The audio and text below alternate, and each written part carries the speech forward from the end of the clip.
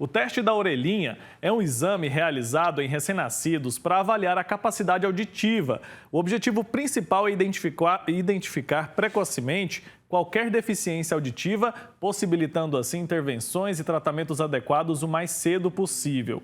A gente vai aprender mais sobre esse assunto conversando agora ao vivo com a presidente do Departamento de Otorrinolaringologia da Sociedade Brasileira de Pediatria, Renata Di Francesco. Doutora, bom dia, seja muito bem-vinda. Eu falei certo o seu nome, achei tão chique. Sim, bom dia a todos, falou corretamente. Doutora, é o seguinte, a gente fala muito sobre o teste do pezinho, né, que também é muito importante. Eu queria entender um pouco mais sobre o que é e como é feito esse teste da orelhinha. Então, o teste da orelhinha, ele é obrigatório em todas as maternidades do Brasil desde 2010. É um exame muito simples, o nome técnico é emissões otoacústicas, mas é um exame onde é colocado um aparelhinho no ouvido do bebê, é emitido um som e o computador desse aparelho capta esse som e interpreta. Ele serve principalmente para testar a audição e ver se o nervo da criança, ou se a parte mais interna do ouvido está funcionando. Super importante isso nesses primeiros dias de vida, para que a gente possa, caso o teste dê negativo, né, ou seja, que sugira que a criança não ouça, a gente faça outros testes mais detalhados e possa ajudar o desenvolvimento dessa criança o mais rápido possível. Entendi. Então pode ser que a criança nasça já com algum problema e aí o diagnóstico precoce é importante porque pode promover ali ou proporcionar a possibilidade de uma intervenção quanto antes para reverter esse quadro de surdez, é isso? Sim, exatamente, porque a gente sabe que a audição ela já começa dentro da vida intrauterina, né? Então, o bebê já ouve os batimentos cardíacos da mãe e até alguns sons ambientes, né? E quando a gente nasce, quer dizer, a exposição à fala, à compreensão, a poder se conectar com o meio é fundamental. Então, quanto antes a gente puder, de alguma forma, diagnosticar e proporcionar a reabilitação dessa criança, melhor vai ser o seu desenvolvimento de fala, de comunicação, cognitivo, né? Então, a gente tem que proporcionar isso o mais rápido. Quanto mais cedo, melhor. Depois de 1 ano e meio, 2 anos de idade, os resultados dessa reabilitação já não são tão bons como se a gente fizer abaixo de 1 ano de idade. Entendi. E é indicado que todos os bebês façam esse teste da orelhinha? Sim, é uma lei. Todos os bebês fazem esse teste, a princípio na maternidade, talvez em cidades muito pequenas isso precise ser feito, né, de outra forma, mas é obrigatório que todo mundo faça o teste e, em caso do teste mostrar que a criança não passou, é obrigatório um reteste 1 mês depois. Então, existe o Programa Nacional da Saúde Auditiva, que tem um protocolo. Então, fez o teste, se falhou, repete 1 mês. Se falhou de novo, a gente vai pedir exames mais sofisticados e essa criança, então, vai ser referida para um diagnóstico mais correto através do Programa da Saúde Auditiva, né, ou da clínica privada, tanto faz. Então, pelo que a senhora está falando, o Sistema Único de Saúde oferece esse teste da orelhinha para todo mundo. Então, as mães têm que ir lá fazer valer esse direito. Obrigatório, para todos os bebês que nascem aqui no território nacional. Está explicado. E quais são os principais tipos de problemas, as doenças que atingem o ouvido do bebê ou o sistema auditivo do bebê logo ali nos primeiros dias e meses de vida? O que a gente está fazendo a triagem aqui são as doenças congênitas, ou aquelas que nascem com o bebê, né? E aí, principalmente, a gente está falando de famílias que têm casos de perda auditiva ou infecções congênitas, né? Então, se a mãe adquire rubéola, toxoplasmose, zika vírus, né? Essas doenças, elas têm uma chance de citomegalovírus também, uma chance de alterar a formação do ouvido e, portanto, a criança nascer com essa perda auditiva. Então, essas congênitas são as mais comuns. Mas a gente tem também as que a gente chama de perinatais, ou seja, aquelas que acontecem no momento do nascimento ou nas primeiras horas, né? Então, aí a gente vai ter os casos de anóxia neonatal, ou, por exemplo, bebês que tiveram dificuldades de respirar logo que nasceu por algum momento, bebês prematuros, bebês com menos de 1,5 kg, bebês que ficaram na UTI, bebês que receberam alguns remédios que a gente chama ototóxicos, ou seja, tóxicos para o ouvido, alguns antibióticos específicos, bebês que tiveram icterícia, né, aquilo de ficar amarelinho, mas num índice muito, muito elevado. Então, todos esses bebês, eles têm alguma chance de ter alguma alteração, e esses são obrigatórios, né? Mas a gente sabe que, apesar... E bebês que nascem com malformações, né, síndromes, esse tipo de coisa, distúrbios neurológicos. Mas a gente sabe que mesmo os bebês sem nenhum antecedente, sem história familiar, é raro, mas eventualmente pode aparecer com algum grau de perda auditiva. E de forma geral, tem como reverter isso?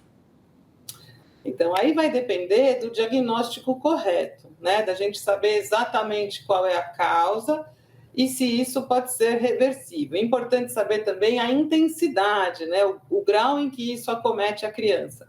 Mas, se a gente não tiver como reverter, né, a gente tem como reabilitar precocemente. Então, vamos dizer que a gente demore os primeiros meses de vida, os primeiros 6 meses para um diagnóstico mais adequado, mais preciso, com outros exames que vão ser realizados, não só exames auditivos, como potencial evocável, exames de imagem para a gente ver como é a formação daquele ouvido, mas a gente tem a possibilidade do que a gente chama de reabilitação, ou seja, adaptar um aparelho de audição para aquela criança ouvir muito próximo do normal. Casos mais graves podem precisar de aparelhos mais sofisticados, que a gente chama de implante coclear, né? Então, se a gente não tiver como reverter, a gente tem como reabilitar o mais precocemente possível para que o desenvolvimento dessa criança seja muito próximo do normal.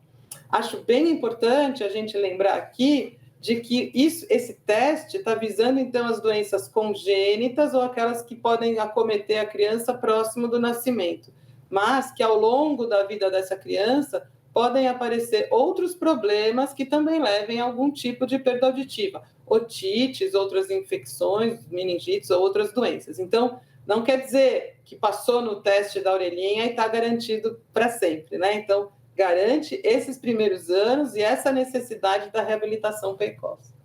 Então, todo mundo tem que tomar cuidado, né, doutora? Então, pontos que a gente deve reforçar aqui. O SUS oferece esse teste, tem um protocolo já estabelecido para isso. Então, você aí, mãe, você aí, familiar, vai receber uma criança agora, faça valer esse direito. É direito de todas as mães, de todos os bebês. E outra questão é essa dos cuidados, que eu ia entrar a partir de agora nesse assunto, doutora. Então, a pessoa depois que tem ali o bebê, ela deve continuar seguindo alguns cuidados, né? Eu já ouvi falar da questão do barulho ou a friagem também, né? Vento, tudo isso pode incomodar o bebê, pode depois dar aquela dor de ouvido que é tão chata, né? E tudo mais. E algumas mães acabam colocando algodão no ouvido, por exemplo, ou protegendo de alguma forma. Isso é correto ou não? Porque eu já ouvi falar também que não pode, né, inserir objetos ali de qualquer jeito, tem que ter cuidado com isso. Qual que é a recomendação dos especialistas com relação a isso?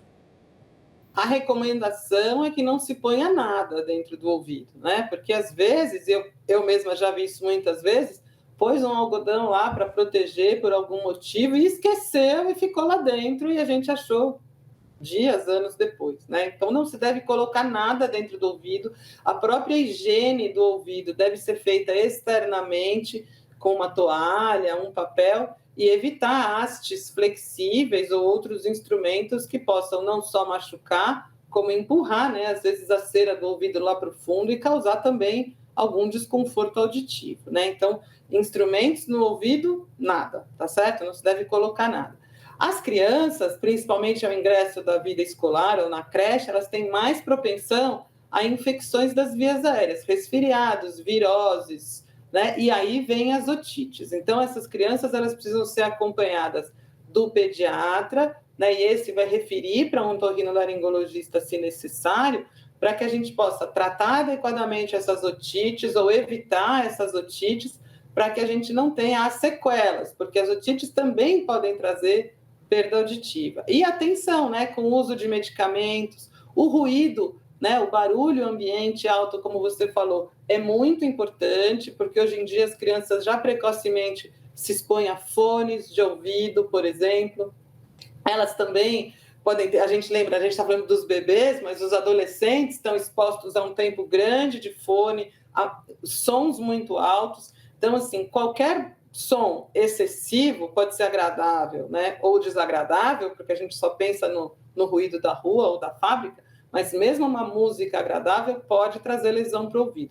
Esta lesão da perda auditiva por ruído ou até um trauma acústico, se for uma coisa brusca, é irreversível. E aí a gente vai ter que lançar mão de reabilitação. Então, a prevenção ainda é o mais importante, evitar longos períodos de exposição de sons intensos, né? Então, já falei de proteger os ouvidos e não limpar, não colocar nada lá dentro, as infecções, o trauma acústico, né? E a gente tem que ficar atento na criança com o desenvolvimento da fala, né? Que esse é um parâmetro muito importante. Atrasou para falar, não está falando corretamente, é uma fala que não é compreensível, ou seja, ininteligível, fica perto da televisão, né? Ou põe o telefone muito perto do ouvido, às vezes para ver um vídeo, uma coisa assim. Isso são sinais de que talvez essa criança não esteja ouvindo muito bem e merece uma avaliação auditiva. Não dá para a gente ficar esperando.